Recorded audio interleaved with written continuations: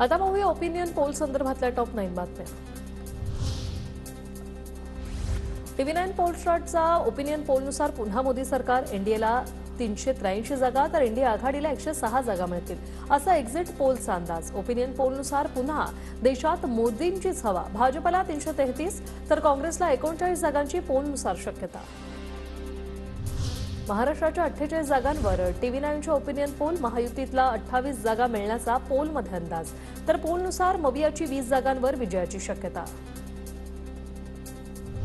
TV9 नेटवर्कच्या opinion पोलनुसार उत्तर प्रदेशमध्ये एनडीएला 73 आणि इंडिया आघाडीला 7 जागा मिळणार, तर भाजपला 70 जागा आणि काँग्रेसला 1 जागा मिळण्याचा अंदाज। TV9 नेटवर्कच्या ओपिनियन पोलनुसार पंजाबमध्ये आपला 11 जागा, भाजपला 2 जागा मिळण्याची शक्यता, तर पंजाबमध्ये काँग्रेसचं खातंही उघडणार नसल्याचा अंदाज। TV9 नेटवर्कच्या ओपिनियन पोलनुसार बिहारमध्ये एनडीएला 38 तर इंडियाला 2 जागा मिळण्याचा अंदाज।